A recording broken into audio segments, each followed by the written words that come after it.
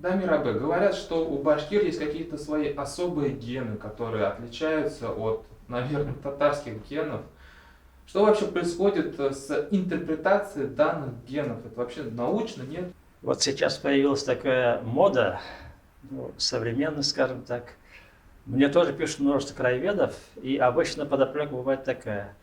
Недавно я провел себе генетический анализ и установил, что я, оказывается, совсем не тот, кем я себя думал. И вот этот сложный код называют, да? Вот это Да, L1, B1. и себя там прикрепляют к каким-то китайским монголам, там, тибетцам, или же далеко на запад себя ведут. В общем, у них все начинает плавать в голове. И при этом мне, с одной стороны, смешно, но с другой стороны, грустно. Потому что вообще-то генетика занимается биологическими делами, а вот то, что они пишут, это же сфера этнического самосознания, это этнос. И я считаю, что это совсем не биологическое образование. Поэтому необходимо вот немножко нам разъяснить, что есть что. Но мы не будем затрагивать особенно генетические проблемы, потому что ни я, вот, ни участвуя сегодня в нашем разговоре Искандер Измайлов, мы не являемся генетиками, мы являемся историками и этнологами. Я вот хотел бы привести пару примеров, которые немножко должны расшатать вот этот взгляд, который вертится в непросвещенных кругах.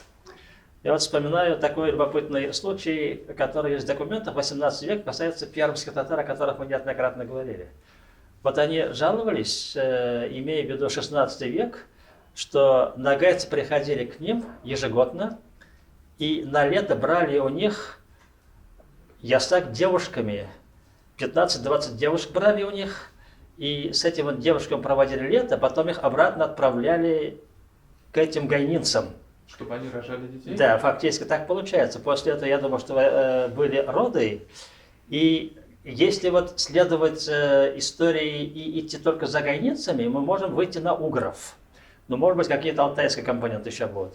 А так как вот если 15-20 девушек будут рожать через 9 месяцев, то племя-то будет совсем другое. И вот эти нюансы, они генетики могут обнаружить, но трактовать не могут они эти вещи. Это этнологи должны заниматься, историки. Или вот другой такой же случай аналогичный, который на этот раз касается юрматинцев, юго-западное башкирское племя. Хотя, конечно, изначально еще Раиль Гумерш Кузев говорил, что это древние венгры, Дермат, у них такое племя было. Но в родословной юрматинцев содержится весьма интересный рассказ, это старая родословная, о том, что вот наступили плохие времена, и нагайцы ушли, имеется в виду где-то в сторону Кавказа, но они упросили часть нагайцев, которая находилась в виде биев у них, князей, остаться тут, потому что они заявили, мы с вами уже долго живем, привыкли друг к другу, вы должны остаться. И вот эти нагайские би фактически потом были племенными вождями племени Юрматы в последующее время. Я думаю, что угорского происхождения юрматинцы в корне, в основе своей, и вот эти нагайские би, может быть, мангыты, я не знаю, какого происхождения были, но это тюрки другого происхождения. Они потом сливались, и вот тут вычленить, собственно, древневенгерские корни и тюркские корни будет весьма проблематично. Поэтому вот эти вопросы надо нам внимательно отслеживать и объяснять, чтобы у людей головы не путались. Ну вот Искандар Иванович, наверное, объяснит еще больше. У него есть интересный пример с одним башкирским посланием по этому поводу. Тоже оттуда видно, вот каким образом в современных условиях политтехнологи пытаются применить это оружие. Искандар Лерунович, говорят, что этногенетика вообще не нужна историкам. Как вы думаете, нужна, нет? Так, вот Дамир Валерьевич уже начал говорить о том, что генетика, как и всякая наука, имеет свои методики, свои методы, свою процедуру исследования. Мы же занимаемся не этногенетикой, мы занимаемся этногенезом народов Волго-Уральского региона, ну и в целом Северной Евразии. Вот само изучение этногенеза представляет собой комплексную науку, которые базируются на анализе и синтезе целого ряда наук. Археологии, исторической этнологии, физической антропологии.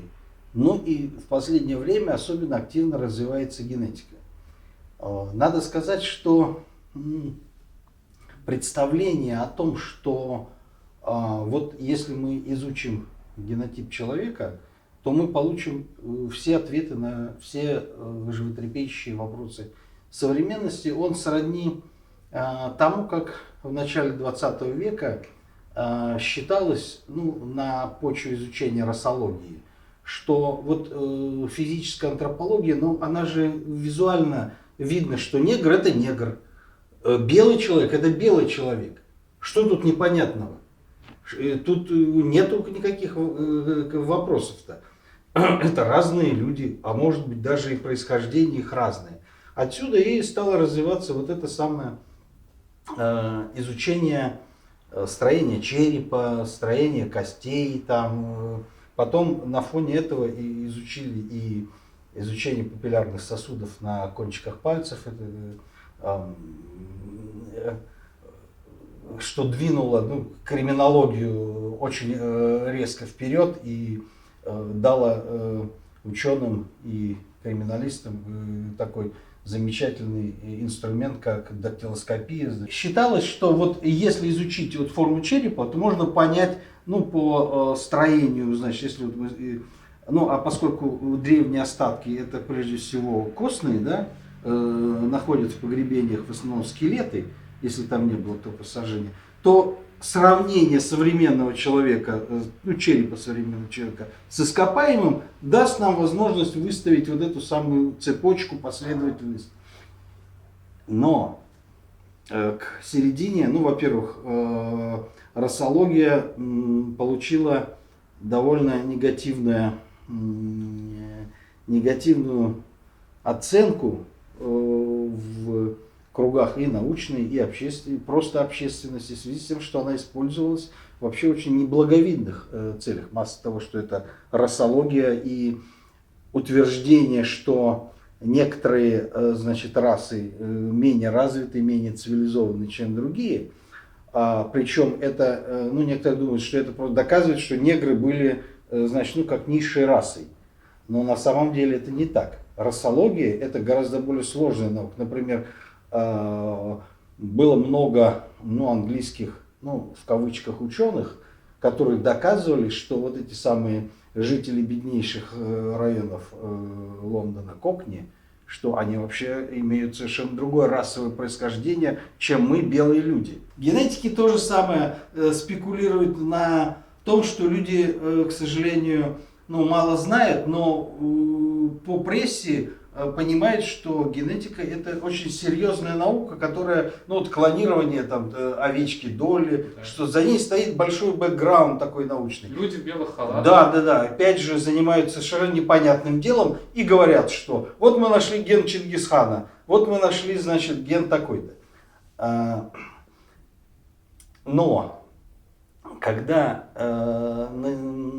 мы, историки, начинаем изучать, пытаясь понять, что изучает эта генетика, выясняется, что ничего такого сверхъестественного она не изучает. И на самом деле, если убрать вот эти самые широковещательные заявления некоторых генетиков, которые паразитируют на том, что они изучают ген не ленточных червей, да, а человека, и начнем разбираться, что они нам в качестве доказательства своих теорий и этногенетических теорий в первую очередь представляют, то убедимся, что это скорее набор каких-то мифов, чем какие-то серьезные научные доводы. Объясню.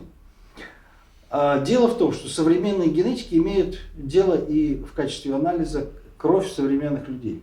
То есть для того, чтобы изучить, это современная география распространения различных гаплогрупп. То есть это, вот если представить ДНК, вот эту спираль, да, то есть она состоит из белков, там больше 40 тысяч митохондриальных ДНК.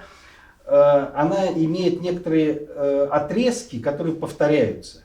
Вот повторяющиеся отрезки, они несут определенную закодированную информацию, которая является некоторой константой.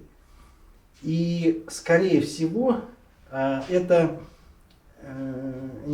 информация формировалась в глубокой древности. И вот с течением веков она сохранялась, и это главная часть неизменяема, а другая часть, вот длинная часть, которую часто генетики не говорят нам, она изменяется. Но даже эти изменения касаются миллионов людей. Есть и та часть, которая индивидуальна у человека. У каждого она разная. То есть, если бы так, тогда мы не могли бы сравнивать и говорить о каких-то больших популяциях. Поэтому они обрезают какую-то часть, вот эту вот индивидуальную, и говорят о том, что объединяет людей. Ну и в связи с тем, что есть, значит, определенная, как-то надо было все эти гены маркировать, иначе тут непонятно будет последовательность и вообще о чем речь. То есть проще сказать, что значит, вот это вот аллей это R1A1. Чем расписывать, значит, формулу, которая состоит из там нескольких тысяч единиц, точек и так далее, каких-то цифр, которые ни о чем не говорят. Скотер Георгиевич, вы знаете, какое понимание я встречал вот этих вот результатов генетических исследований. Обычный человек пишет, вот он сделал анализы, и он узнал, что, значит, у него есть какие-то предки из Горного Алтая, у него есть какие-то предки из Кавказа, из Причерноморья и Средиземноморья. И вот он думает, что теперь дальше? Действительно ли хотя бы вот такие данные, это все правда, полученные с помощью генов, да, могут помочь нам, хоть что-то реконструировать? Да, понял, конечно. Но самое интересное, что да, это все правда. То есть то, что мы написали, это все правда.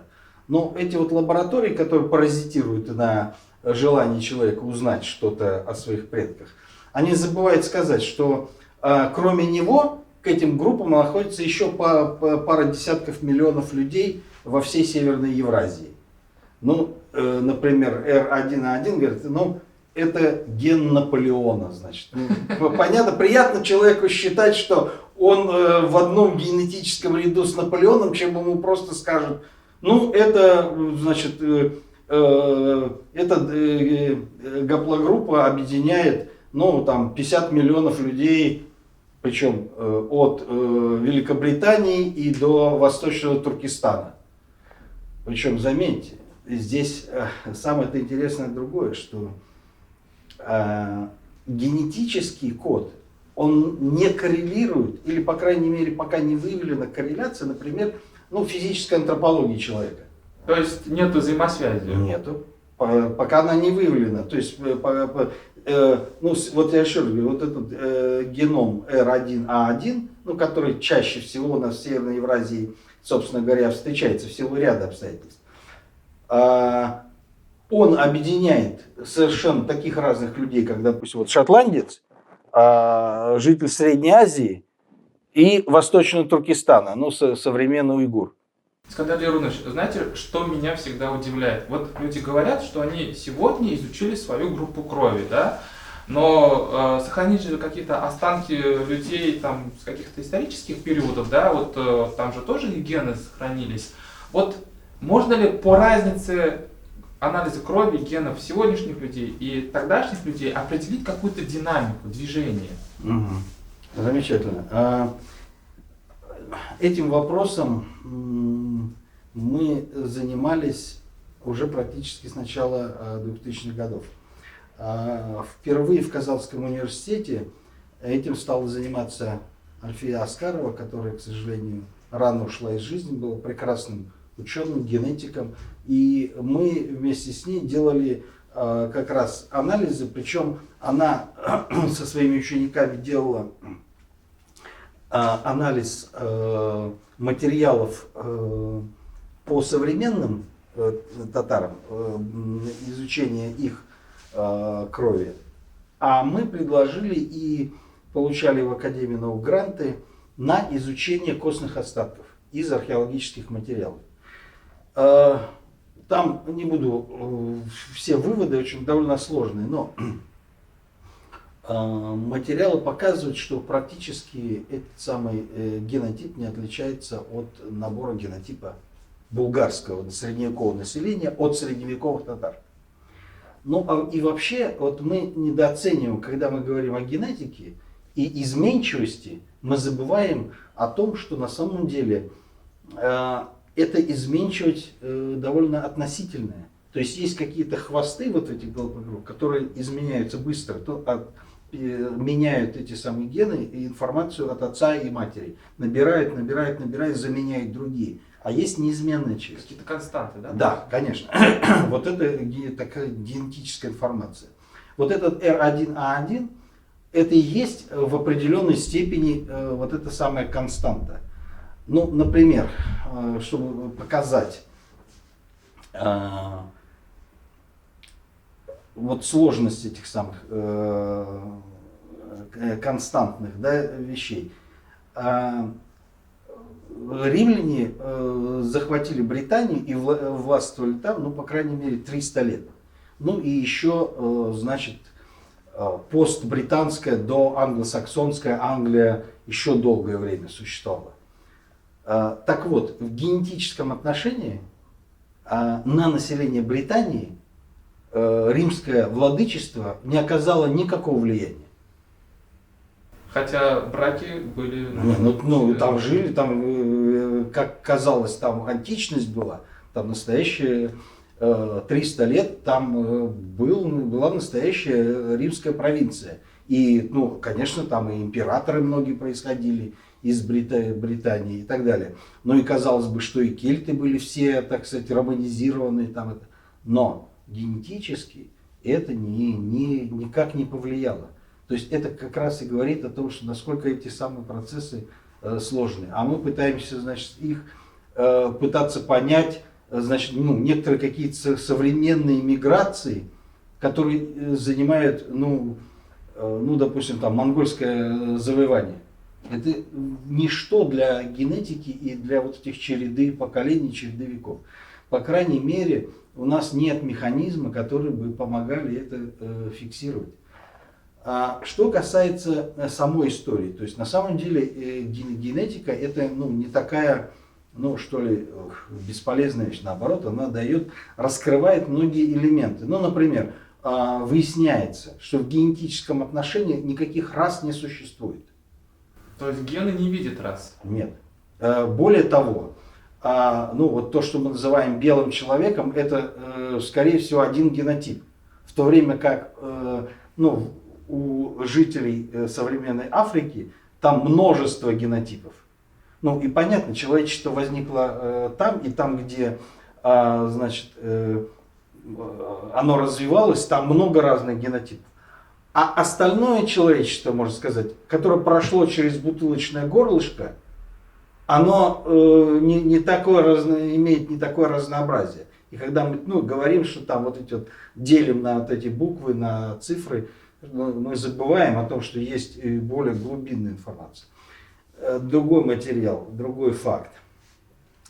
Дело в том, что сам источник информации – это современная кровь. То есть люди современного типа, мы изучаем современную геногеографию на самом деле. Когда говорят, что там изучают генетическую историю, не верьте. Все они изучают современную геногеографию. И пытаются с помощью целого ряда допущений экстраполировать на какую-то древность, считая разные мутации. И накладывая эти мутации на количество поколений. Пытаясь примерно понять, в какое время. Это примерно как глоттохронология, то есть когда представляем, как распались языки.